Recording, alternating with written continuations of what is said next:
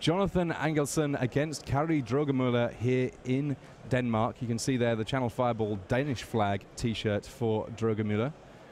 And kicking things off, it looks like we've got Elves on the right-hand side of our screen here, kicking things off with an Elvish Mystic. Meanwhile, on the other side of things, I think that we might have ourselves a Living End deck because we see one of the new cyclers there coming from Jonathan Aglescu. Now, the Living End deck, early on looks like it's not doing very much, but just cycling to get creatures in the graveyard is exactly where it wants to be. And it's so scary to play against because you know it's one of the most consistent decks in Modern because it just churns through its decks. Actually, Elves also quite consistent, but I don't know how much I like this kind of extreme creature strategy, tribal strategy, facing off against Living End. It's definitely a difficult one. Devoted Druid joined by Heritage Druid there. Devoted Druid not as common inclusion for every Elves list, but certainly once you start pumping up Elves, putting -1/-1 counts on it to untap it, you can be explosive there. Yes, actually really nice synergy with toughness boosting effects. You don't always have to go for infinite mana with Devoted Druid to make it playable. I mean, I would say that these Elf decks by turn 3 functionally can feel like they have enough mana to play everything in their hand anyway. But Jonathan Aglescu here, he's managed to find enough lands each turn.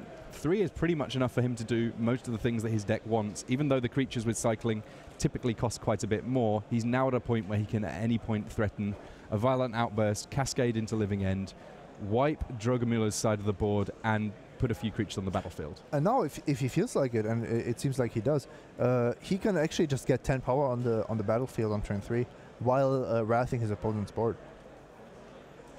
Didn't even have to reveal very much of his deck there to find a Living End. Demonic Dread cascading into it, immediately getting to put his creatures on the battlefield.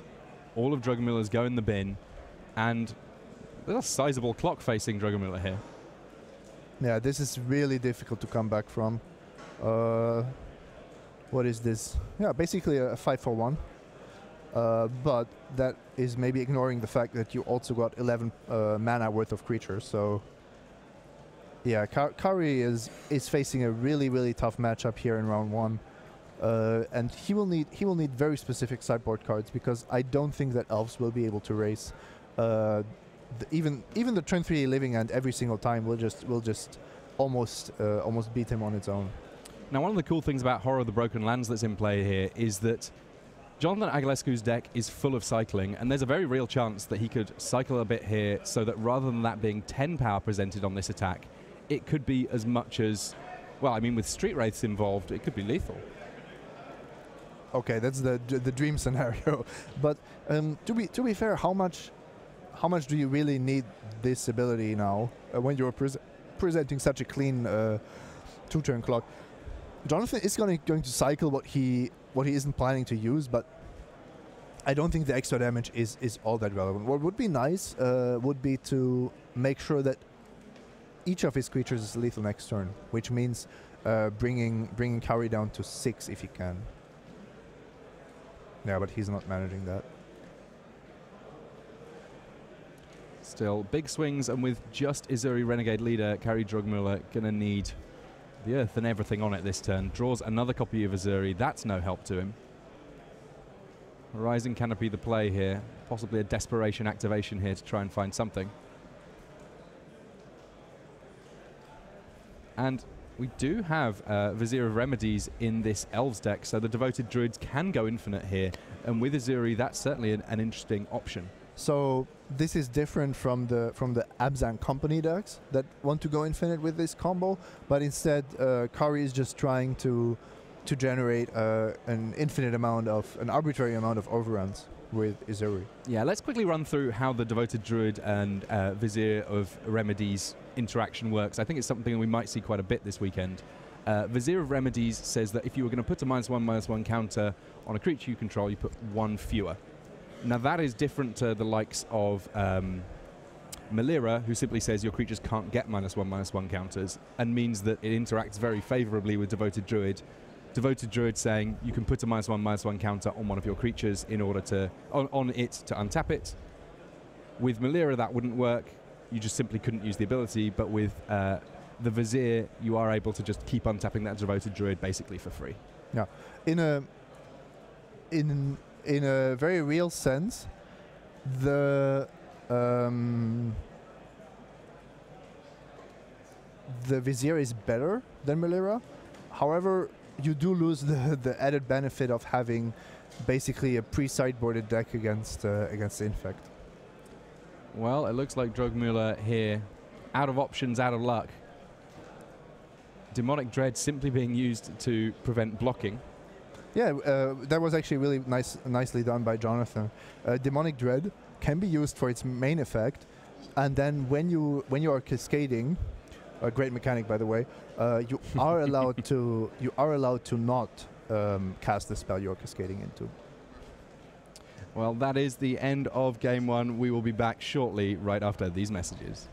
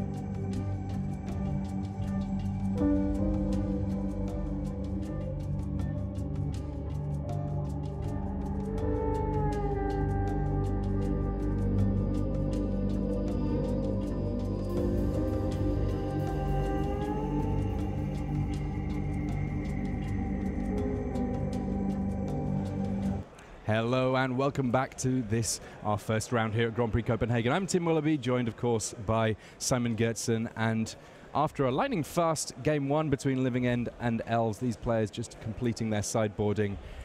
Game 1, ultimately I felt like Agalescu there just had kind of a matchup advantage. His deck naturally is good at dealing with lots of creatures in play, and he can close the game out fairly quickly once he starts attacking. Is that likely to change too much after sideboarding? From Jonathan's side, no. His deck just does what it does. You are very restricted in your sideboarding options when it comes to Living End because you cannot put any cards that cost 2 or less into your deck.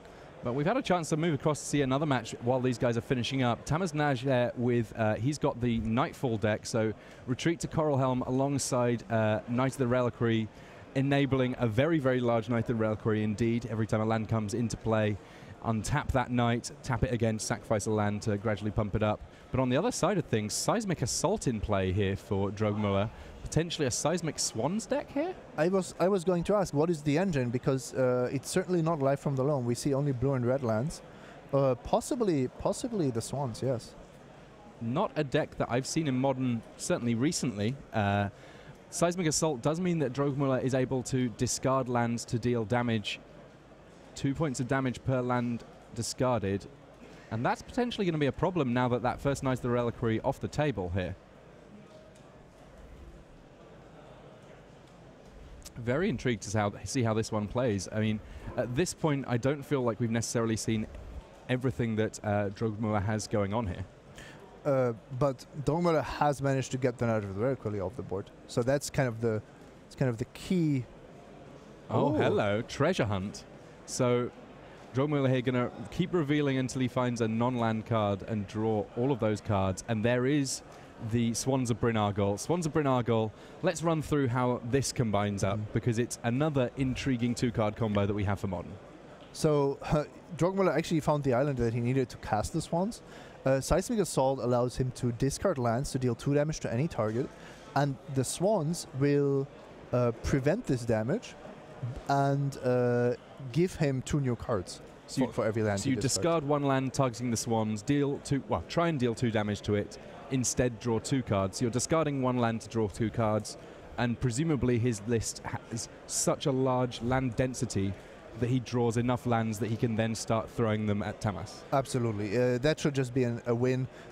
Maybe comparable to the New Perspectives deck in Standard that we saw, but even more guaranteed to win when it goes off. Very interesting stuff here. I mean, this is one of the reasons that I love a modern GP, is that you cannot prepare for everything. There are so many different decks in this format, and clearly Drogamula here has decided that he feels like this one has a fine matchup, or he simply loves playing it, and that's what we got. So another copy of Knights of the Reliquary, currently 1, 2, 3, 4, 5, 6 lands in his graveyard. That's a little bit of a challenge for Naj here, for Drogamula here, if he wants to deal with the Knight, but it may be that if he's got Swans of Brynargol and maybe 2 lands in hand, he can try and just go for it. Does he have 1 land in hand? Because if that's the case, I think you already go for it. You're not beating this board. Even if you deal with a Knight, which is nigh impossible, you're now facing Gavany Township. Oh, wow. Spell Queller there. The perfect answer to the Swans, and that enough to seal the game there for Tamas. Very interesting stuff here. Kind of intrigued to see how that one plays out. We might get a chance to jump across and see some more of it later on this round. Spell Queller there. We've seen it do good work in Standard, but for the decks that can cast it in Modern, it is a very potent threat. You can also put it in Collected Company decks. You can play just, you don't always have to go for infinite combos in Modern. You can, especially when your opponents are trying to do that, it might be better to play the disruptive game. And well, actually with Knight of the Reliquary and what is it, Refuge? Refuge? No. The enchantment that allows you to untap the Knight over and over again. You do have your own infinite engine. Yeah. Retreat's Coral Howl. Retreat, not Refuge. But we are going to get a chance to see a little bit more of Living End versus Green-White Elves here. This is an Elves list that is making the most of its combo, or the new combo with Vizier of Remedies. And the players just checking out their opening hand. So we haven't missed a single moment of this game. I believe what we did miss was 2 mulligans by Drogamula. Maybe a desperate attempt to find his sideboard cards. Yeah, I mean, the fact that his Elves list is running white means that he may have access to the likes of Rest in Peace, which does mean that the Living End deck kind of has to play fair. At that point, it's Living End's only acting as Wrath of God. Now, I say only. It's a 3-mana Wrath of God that it can potentially cast at instant speed, which isn't terrible against a creature deck, but it does change the face of how the matchup may play out. Yes. What happens then, actually, with the Living End players, they will start hard casting their basically limited commons. They're giant monsters. Yes, that's just how it goes. You if there's a Rest in Peace and you don't have particular answer to it, you don't find Beast Within, for example, then you just sweep the board with Living End, and you start casting those fatties. Now, one fatty that I do want to talk about from the Living End deck, which we may see in this sideboarded game, Devoted Druid, currently the only creature on the battlefield, is Archfiend of Ifnir. It's a new cycler that has been added to some of these Living End lists. That means that every time you cycle, you give your opponent's creatures a -1/-1 counter. In general, that seems very, very potent indeed. In this exact matchup, depending on whether or not that Vizier of Remedies is around, it may either be the best card for Jonathan to draw, or potentially one of the worst. Yeah, it's tough to say, because cycling 2 is a much higher cost than 1. But now let's see what Drogamula manages here. With a turn 2 Devoted Druid, turn 3 Court of Calling, that's a court for 2, so I'm assuming infinite mana here. All right, well, he's only got 2 cards left in hand, but if one of those cards is Azuri Renegade Leader, he could win this turn. He will try to attack for lethal, I'm quite sure. With the mulligan to 5, by the way. This is how we do it. There's Vizier of Remedies. If one or more -1/-1 counters would be hit on a creature you control, that many -1/-1 counters -1 put on it instead. It's much harder to read out loud than it is to read on paper. There's a lot of minuses involved there. But basically here, he's demonstrating that he can make infinite mana, which is, in turn, with Azuri Renegade Leader, an arbitrarily large amount of damage that's coming through with Trample, and lo and behold, it's 1-1, and this green-white Elves deck, it's got some fight. Yeah, Jonathan probably sitting there with 3 mana, with a 3 mana way to sweep the board, but no Simian Spirit Guide, for example, to do it on turn 2. That was very, very cool. I like that a lot. Part of the reason I like it a lot is it means that we get a chance to jump back and potentially see some more of the Seismic Swans deck as well in this round 1 here at Grand Prix Copenhagen. We hear that the other players still shuffling after completing their game. I mean, the shuffling and mulligans must have taken longer in game 2 there for this matchup. Still 35 minutes left on the clock. They're at 1-1. We're going to get to see a lot of Magic this weekend, Simon Gertzen. I think, yeah, I think we will see a lot of devoted druids generating a lot of mana. Yeah, it's interesting. It's one of those cards that always had combo potential. Even in Standard with Quill Spike, there was some interesting sets of interactions that you could do with it. Any creature that has the ability to both untap itself and produce mana, always going to be some amount of a threat. Really intrigued to see whether or not actually this, if this green-white Elves deck is a better place for the Vizier combo than in a more typical kind of what we think of as a Malira shell with Kitchen Finks and so on. Let's see about that. This is very early on in the tournament. I think that the value you generate while playing the Malira style decks with the Kitchen Finks, Duskwatch Recruiter, this means you are less all in than with the Elf Tribal. Elf Tribal is just weaker to master removal effects in general. Although, as we've seen, if you win on turn 3 on the play, that's not really a concern. I still have to say, to me, Living End has to be favored because this kind of freak accident that somebody beats you on turn 3 with infinite damage after mulligan to 5 should not repeat itself too often. Well, we'll find out. Players are drawing their opening 7s now. Let's see whether or not they're able to keep them.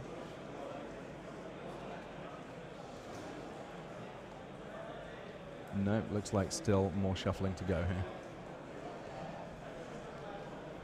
You'll notice that where we don't necessarily have it for standard GPs, we do have the little poison counter next to each life total there.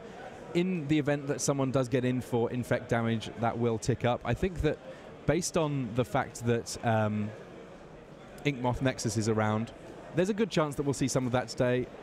I would say that we're probably more likely to see Affinity than we are pure Infect, but you never know. This is an interesting question. Will Affinity or Infect deal more poison counters this weekend? Over the course of the entire tournament, across the entire room? Yes. That is an interesting question. I mean, I think that if it works out that lots of people have swerved their Malira decks into being Vizier decks, then the door might be open for Infect to be a little bit better than it was. Whether it's good enough, I just don't know. Things kicking off here between Thomas Naj and Johan Drogmuller. Seismic Swans on the right of our screen against the Nightfall deck from Naj. Laboratory Maniac in hand for Drogmuller here. Also a way to win the game. Here's a treasure hunt. Immediately finds a Blood Moon. Now, Blood Moon, very strong against what Naj has going on. He is a 3-color deck, and he has a lot of utility lands, partly because he has the opportunity to search for them with his Knights of the Reliquary. On the other hand, he has, I don't know how many, let's say 10 mana creatures. Like he's going to play Birds of Paradise and Noble Hierarch. So Blood Moon is a little bit of a two-sided sword. Unfortunate to have to reveal it there off the treasure hunt, because it did mean that Naj was able to, when he activated his Misty Rainforest, simply find a basic land. And even one basic land really takes a lot of the sting out of what's going on with the Blood Moon effect. Yeah, I think this Blood Moon could be a complete blank.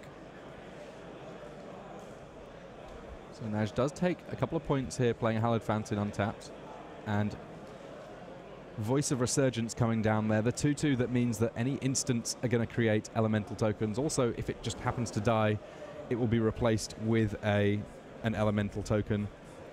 At that point, the token will be XX, where X is the number of creatures you have in play. Just a kind of good, resilient threat for Naj. This is what I was alluding to when you don't have, you know, the need to win as fast as possible. You can play good value creatures like Voice. Well, there's the Seismic Assault. If Drogmuller wants to win quickly, that will be his path to victory.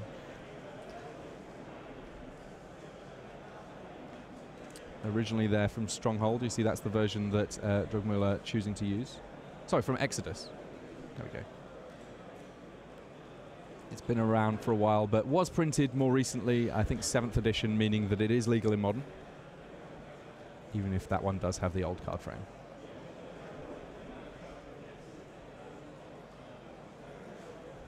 I guess having the Seismic Assault in play means that Drogmuller doesn't have as much to fear from mana creatures. If he wants to, he can kind of stunt that development. That's true, actually. It increases your chances to lock somebody under the Blood Moon. What I don't quite understand is how this is going to work. If how Drogmuller is going to respect cards like Path to Exile, because Tamaj has to have Path to Exile. There's not many ways to interact with the Seismic Swans deck, so Drogmuller will need to somehow go off with Path to Exile on the stack. Right now we don't see this interaction yet because Spellqueller is doing a great job once again. Yeah, Spellqueller putting that Swans of Brynargal in exile. There is, of course, the potential that at some point Drogmuller can discard some number of lands to kill the Spellqueller, put that Swans of Brynargal back on the stack, though Selfless Spirit will certainly help with protecting the spirit soon enough. Yeah, Drogmuller now needs 3 lands just to get his Swan back. That's I think the biggest issue here. Yeah, Drogmuller under a bit of a clock. We've heard that the other match is just kicking off. I kind of want to see whether or not Drogmuller can pull out of this in the next turn or so, because I think that he's not got very long if Tamas Naz just simply keeps attacking here. I don't think he has enough. I don't think he has enough lands in hand. Interesting, the Seismic Swans, but it may well be that this interesting deck is not quite able to pull it out here. We know that he's got Blood Moon in hand, which is a bit of a blank here. Actually, it hurts his mana base quite a bit more than his opponent's right now. It's good when you need a painless Seismic Assault, but no, Drogmuller really needs another treasure hunt, and he needs it to yield more than a Blood Moon. He needs it to yield 4 lands. That's kind of the way to get out of this. Yeah, I mean, okay. There's an Echoing Truth in his hand, so that allows him to actually. That's worth 3 lands on its own. Yeah, that can get the Swans back into play potentially. I think we could theoretically see a win here by Drogmuller, because Tamaj only has 2 mana. He needs Path to Exile now, and then if Drogmuller has multiple lands, he can still win through it. All right, Swans of Brynargal looks like it's resolved.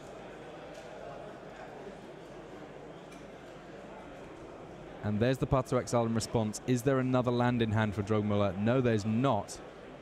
Drogmuller's hand is just anemic. Laboratory Maniac and Blood Moon, 2 completely dead cards. Yeah, they're very niche cards, neither of which really serve a strong purpose with the board state as it is.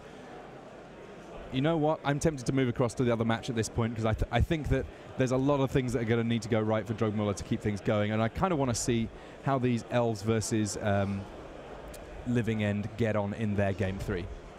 Because if it does work out that the Seismic Swans deck pulls it back, we get to see that match anyway. Wow. Don't know quite where the lands are here for Jonathan Angelescu, because Kari Drogmuller already has a lot going on here. He's got Rest in Peace in play. He's got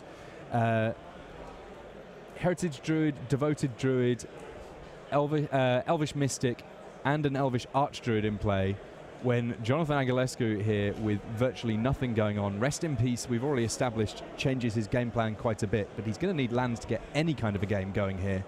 Yeah, but now against the Rest in Peace that's already there, Jonathan needs to Living End. I don't know what happened with his mana development, but this seems really weird. Drogmuller has 3 lands and Jonathan is on 1.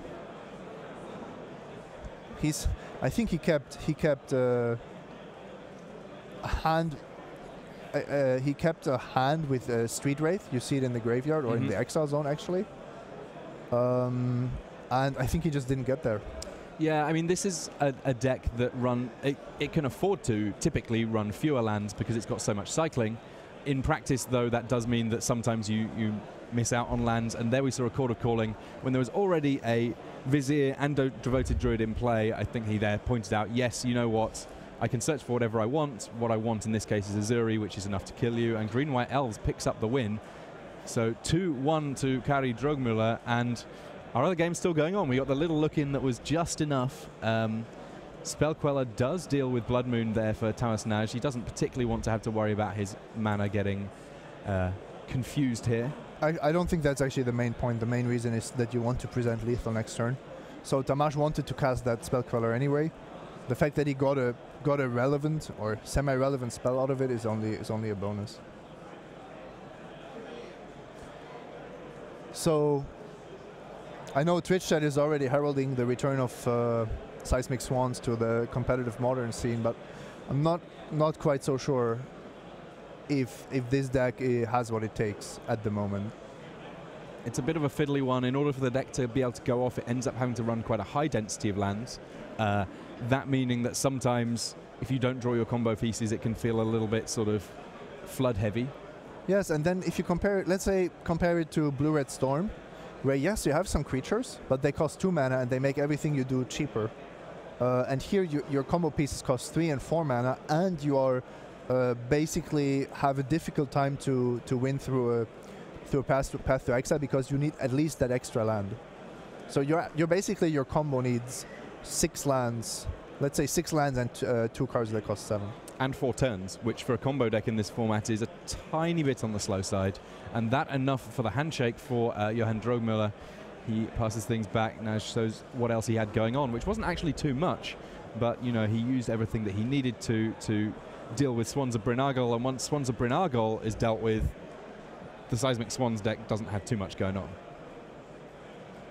You can see there our feature match area already clearing out. I think we might be trying to bring across another match if we can, but absolutely lightning fast pace of play here in the feature match area. So we will be back shortly, but first, these messages.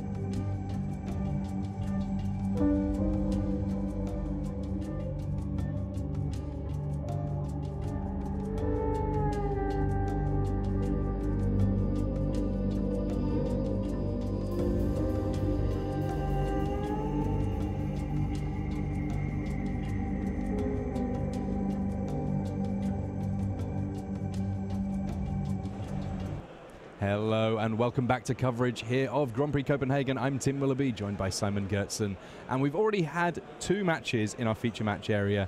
I think that it's going to be a bit of a story of the day, the fact that some of these decks, if they want to be aggressive, can go off very fast, but in order to combat that, we're recording matches so that we can bring you even more content. So we're going to get a chance to jump back in time just a little bit here and bring you a little bit of time-walked magic. So here we have on the left of our screen Per Nystrom against Mads Holger Ronest. It's humans on the left of our screen against Greenback Tron. Now, humans, a pretty deep tribe, you know, they're well represented across the history of Magic. A lot of colors that it could be.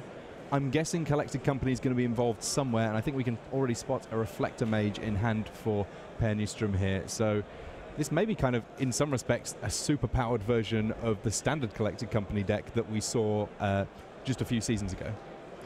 Well, you know, when I hear humans, I think of, like, you know, little white attacking creatures, but maybe it's just a brutal combo deck like Rally the Ancestors was in Standard. We'll see soon enough. The green-black Tron, an interesting color combination, even if you're planning on being Tron. I've seen blue-white Tron a fair amount, looking to be a little bit more controlling. I've seen red-green Tron. Green-black, not something that I'm quite as familiar with. And Champion of the Parish coming down here on turn 1 for Per Nystrom, so your prognosis of a beatdown plan may well be accurate. Okay, this is more like the Naya beatdown decks that we saw in Standard for a little while, where you could play Champion of the Parish, follow it up with a bunch of cheap 1-mana cards and just win quite early. I mean, Champion of the Parish never got a chance to play nice with Thalia's Lieutenant in Standard. We might see it here in Modern. The question is if the brutality of Tron is just too much for this rather fair-looking humans deck. Yeah. Also, you know, what do you Reflector Mage? Yeah, there's a lot of powerful coming into play abilities that you don't really want people to be able to activate twice, if there's even a target for a Reflector Mage. Karn and Ugin certainly cannot be targeted. Well, it looks like the Tron deck doing its level best to achieve Urza's Mine, Urza's Tower, and Urza's Power Plant on turn 3, which does mean 7 mana, which does mean potentially a turn 3 Karn. But in the meantime, Champion of the Parish doing its level best to lower Mad's life total as much as possible. Thalia's Lieutenant there, putting a +1/+1 counter on each human when it comes into play, in addition to the fact that Champion of the Parish naturally gets a +1/+1 counter whenever any other human comes into play.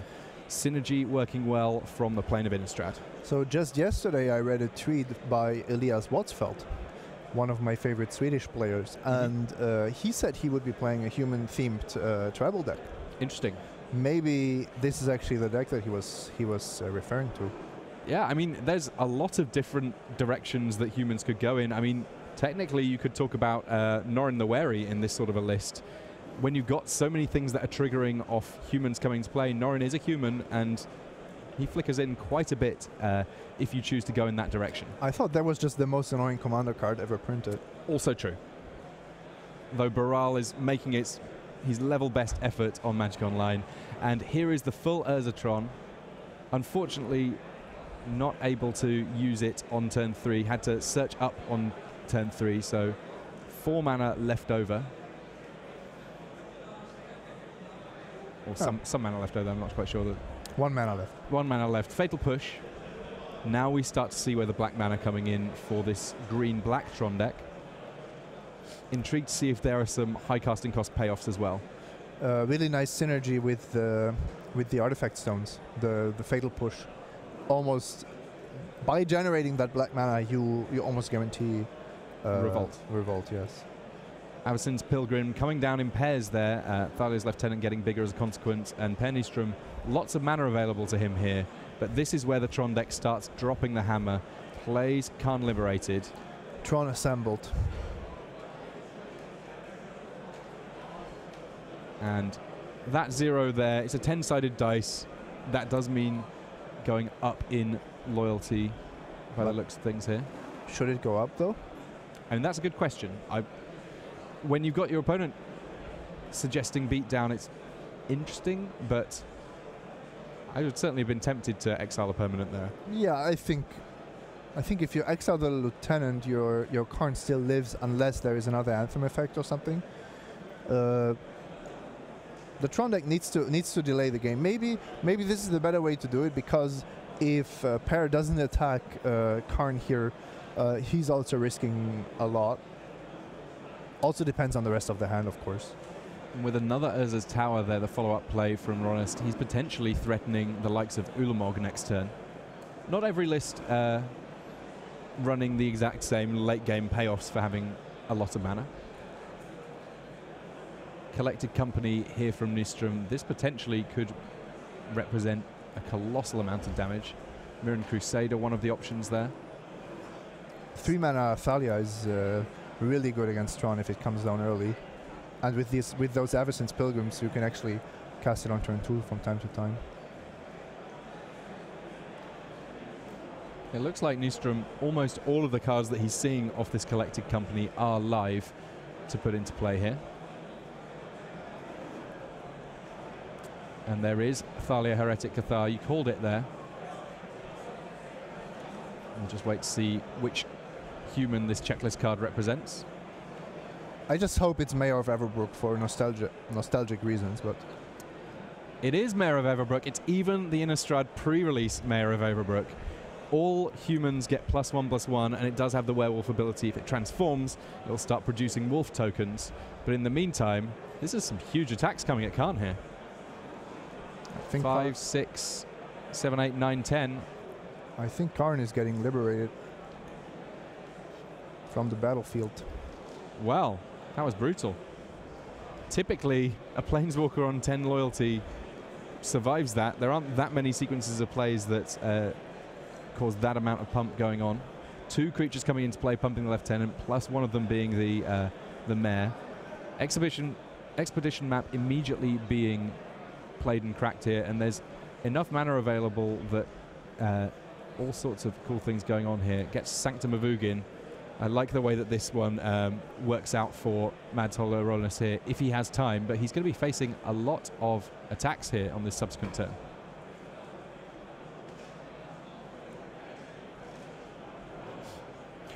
I mean, this is the way how you have to win if you're the humans player. You have to hope that the Tron deck isn't fast enough to, for example, cast something like Ugin. Yeah, Ugin, a very, very big threat in this sort of a matchup, would simply be able to exile most of Pirnistrom's board.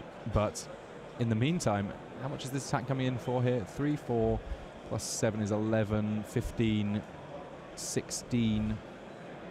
Yeah. It's more than 14. Yeah. Awesome. I love it. I love me a good Champion of the Parish beatdown. It's a very, very interesting list, and I think that one of the big question marks for me when it comes to Modern is if you want to be a straightforward beatdown deck, and I use that term very loosely because I think that in Modern even the straightforward decks have a little bit of spice to them. Which direction do you go in? When Modern was new, Zoo was very much the kind of flavor of the week. You had the opportunity to play your Curd Apes and so on. Tribal decks seem like a very good beatdown option. Affinity is a beatdown deck some proportion of the time. Like, it's... You could say Affinity is like a tribal deck in that it just benefits so much from the same type of permanence being in play. Yeah, I mean, I guess the thing that I think is cool right now for beatdown decks in Modern is that they're not just about having lots of good cards. They're about having synergy as well. So sort of Death Shadow aggro is beating down with some very, very powerful creatures, but it's difficult to play Death Shadow next to... You can't just pick at random the cards that you play it with for it to be at maximum efficiency. Yeah. Likewise, Champion of the Parish in this deck is beating down very, very hard indeed, but you certainly couldn't think to just sort of happily throw it into any beatdown deck. Once you decide on the 2, maybe 3 key cards of your deck, a lot of the rest is forced to maximize these kind of synergies that you just mentioned. We see Original Art Meddling Mage coming into game 2 from the human side. That should be fun to watch. If Meddling Mage manages to prevent Ugin or Oblivion Stone from coming down, that would be incredible. Yeah, Chris Pacula's invitational card. Chris Pacula, of course, qualified for the next Pro Tour, and back on the ballot for the Hall of Fame. One of the players most talked about in terms of his run with potential Hall of Fame qualification. He very, very nearly made it in the very first Hall. Been battling back, trying to make a case to get back in there. I'm really intrigued to see how this matchup tweaks on sideboarding, because as much as we've said that for main decks, plans can kind of be forced around a few key cards, one of the interesting things for me when it comes to sideboarding is that this card pool contains some incredibly potent cards for dealing with decks that have a very strong focus. And I think that good sideboarding is one of the areas that Modern's all about. Absolutely. And the humans somehow have a good overlap with the decks that we know, Hate Bears or Black-White Eldrazi, where you have these kind of effects which we know from, for example, the Death in Texas deck in Legacy, where you just don't allow your opponents to execute their game plan to the fullest efficiency. And this is actually the other angle you can approach the Modern format with. Either you're as proactive as possible, or you prevent your opponent from being playing at maximum efficiency. Yeah, a lot of these Modern decks, they're kind of like high-performance vehicles, that if you can put a little speed bump in front of them, they suddenly go off the rails fairly quickly. So there's definitely room to kind of hone in on the one important thing that is making a deck tick and stop that from happening. I'm not the biggest fan of playing white in Modern, but if you do, it's because of the sideboard cards. You have the tools, you have the cards to disrupt almost any deck in the format. I can't think off the top of my head of a deck where you say, I'm playing white, I don't know what to sideboard. That just doesn't happen, really. Yeah, between Rest in Peace, Stony Silence, you have some of the most damaging cards to just... You have both Thalias, you have the White Ley Line, you have Path to Exile, you have just... Basically, if you want to answer something, you can do it. Of course, that does mean that at some point you look at the number of slots that you have in your sideboard and you get a little bit of buyer's remorse if you happen to have just brought along the wrong 15 for any given weekend, because there are, as we've already established in this feature match area in round one, where we've seen 6 wildly different decks, and I'm sure that this is not going to be the only round that that's true, that sometimes you can just say, well, I brought 4 Leyline of Sanctity, I brought Stony Silences, I brought Path to Exiles. I didn't have room for as many Rest in Pieces. Something's got to give there. Yeah. So I don't know how everybody approaches it, but the only reasonable thing you can do in Modern, in my opinion, is to identify the, let's say, 5 decks you expect the most. Then you build a reasonable sideboard around that. If you have some slots left afterwards because of the overlap, sure, put some spicy 2-offs or whatever in your sideboard, but overall, you are not trying to beat the whole metagame. You are trying to beat the field, which consists, let's say, the 6-7 most played decks should make up 80% of the metagame. That's at least what you have to hope for when you build your sideboard. All right, both these players starting on 6. We're going to get to see each of them scry, as it looks like they have kept after just a single mulligan each. Mads, plenty of mulligans so far this round. We'll get a chance to see how they're able to play things out. It looks like there is a Stony Silence in hand for Pernistrum. We'll see how much that holds up Mads. If he naturally draws the Tron, it might not hold him up at all, as is mine the first play for him with a tapped Temple Garden on the other side of things. And to be fair, Stony Silence can only delay the inevitable. Against Affinity, it might win the game on the spot, but against Tron, it usually just buys you some time. So that Expedition map now just a paperweight sat in the middle of the board there. It was a Blooming Marsh on turn 2 from Mads, who doesn't have a third land here. The Tron deck does not look very impressive when it only has 2 mana available. No, and Mads has some really unfortunate draws here. I think, yeah, we will see some fatal pushes here. Needed that push quite badly because Champion of the Parish already a 3-3. Thalia's Lieutenant still in play here, and Mass drawing for the turn, hoping to find a land first and foremost.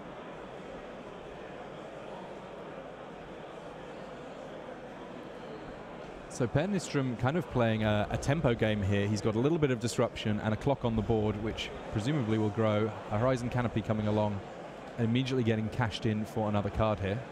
He's flooding a bit, and you know it's not much of a tempo game if you're attacking for 2. The decision to play Stony Silence on turn 2 was correct, but he didn't have this Champion of the Parish until turn 3. So yes, it's a tempo game, but it's a really slow tempo game. Nature's Claim there coming from Mass here. He knows that he's going to have trouble getting everything going while that enchantment's in play, and a very efficient way of removing an artifact or enchantment. Yes, it gives Per Nystrom 4 life, but that 4 life likely to be immaterial if the Tron is able to get running. So Urza's Mine and Urza's Power Plant now in play. Just Urza's Tower to find. There are 5 additional turns to finish the game. And Thalia Heretic Cathar coming down to join Thalia Guardian of Thraben. A little bit of a flavor fail going on here as the 2 Thalias team up to make casting spells and playing lands and playing creatures and doing almost everything that Magic decks want to do that little bit harder. Yeah, apart from the flavor, it's actually a really, really strong combination, because especially against Tron. Now you're that much further away from assembling Tron and actually casting a relevant spell. Also, 3 mana is maybe just the difference. Although there is now it becomes interesting. Chromatic Star costs 2, so you might actually not be able to cycle it successfully. Yeah. On the other hand, yeah, and you need lands, but the 3 mana Thalia will prevent it from coming into play untapped, so you're basically at 0% to cycle the star and trigger Revolt. Yeah, I mean, it's the sort of thing that ideally you'd be looking to be using the star into Fatal Push or similar, but the mana doesn't quite stack up neatly there. It looks like there's a correct Collective Brutality in hand as well. That might cost Mass's entire turn's worth of mana here. And every one of these an interesting target. He's got a few decisions to make here. Yes, and here the decision is not primarily about minimizing the damage that he takes. He needs to make a game plan for how to get his pieces onto the battlefield.